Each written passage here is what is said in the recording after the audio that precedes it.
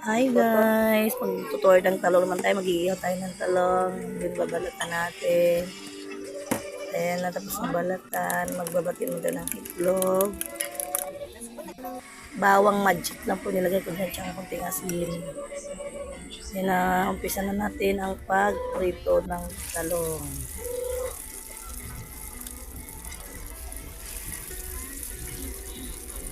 Simpleng torta lang po ito. Walang bawang at saka sibuyas dahil ayaw ng mga anak ko.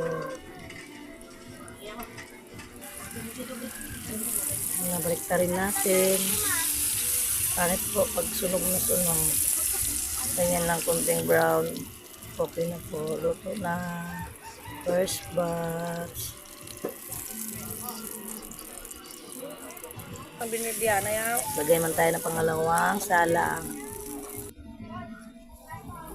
Yan na po. Pinakalas yung malaki. Yan na, luto na lahat. Sasawa namin tuyot kalamansi at may ketchup. Kain tayo guys. Wow. Yan, umagahan na ulam.